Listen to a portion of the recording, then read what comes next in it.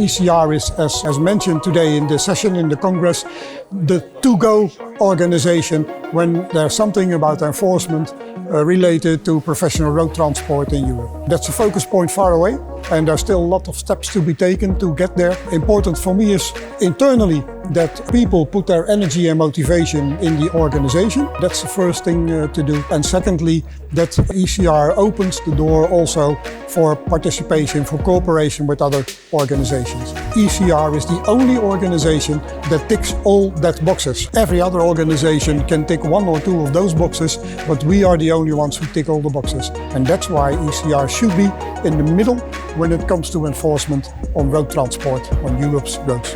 The lessons I learned are quite many, but the ones I want to share with you are never give up, tenacity, and always in the end it will be good. Although it takes a long time, but keep up with good things and then we will be successful.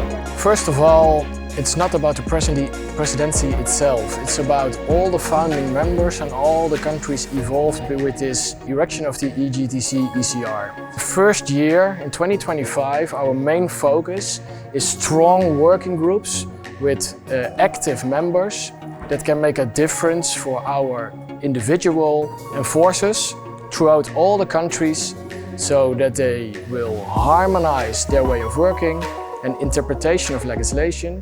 We can learn from each other in innovation, knowledge and skills.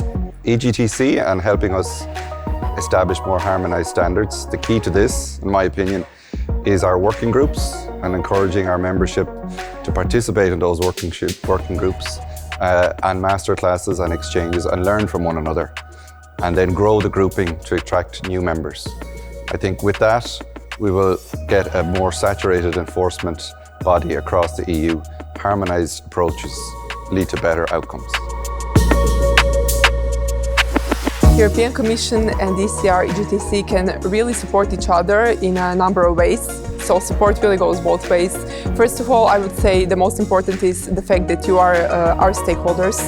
You really inform our policy making. We consult you, we hear your concerns, we talk about you in all the legislation that we produce, that we propose, in all the policy making. You are already members and I hope you continue to be of all the important discussion fora that we have. So these are committees, working groups. Well, first of all, I can tell that we are very happy that EGTC starts its activities with this inaugural conference, and we are really looking forward to discuss concrete ways how we could cooperate at very operational level. And I think in the view of our mandate, which is focused on labor mobility legislation, helping basically national authorities to enforce labor mobility legislation at cross-border level, we do have a number of dedicated actions in that field. We also have very specific targeted activities, inspections to address certain issues, irregularities, or even specific companies and cases. I think that EGTC also could step into that process to have even more collaboration at cross-border level. And we are looking forward to cooperate with them.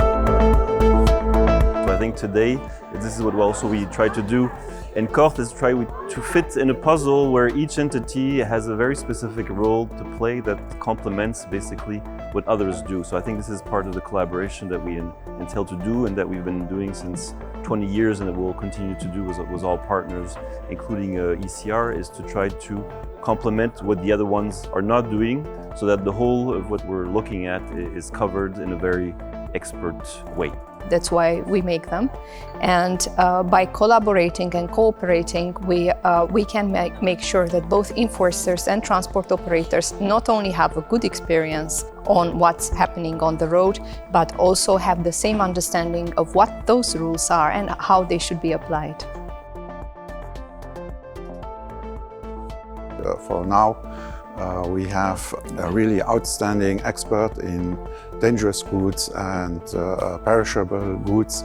This is an area where we can bring a lot of things to ECR at this moment. Another thing Luxembourg can bring to ECR is some impressive machinery that we have, like platform for roadworthiness tests.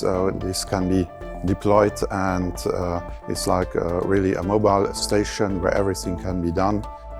ECR is very important for Germany, for us in the Federal Logistics and Mobility Office, because it's good to know the right persons, to have the right questions in order to get the best solutions for the cross-border checks.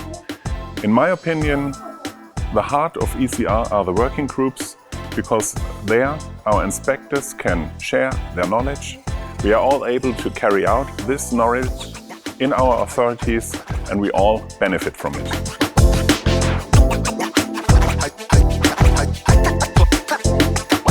As a supervision institution, of course, we see synergies with other in cooperation with us. So there is, of course, a lack of cross-joint controls with the implementation of the same standards in our control and supervision. So we think that this cooperation would be very useful for us in future.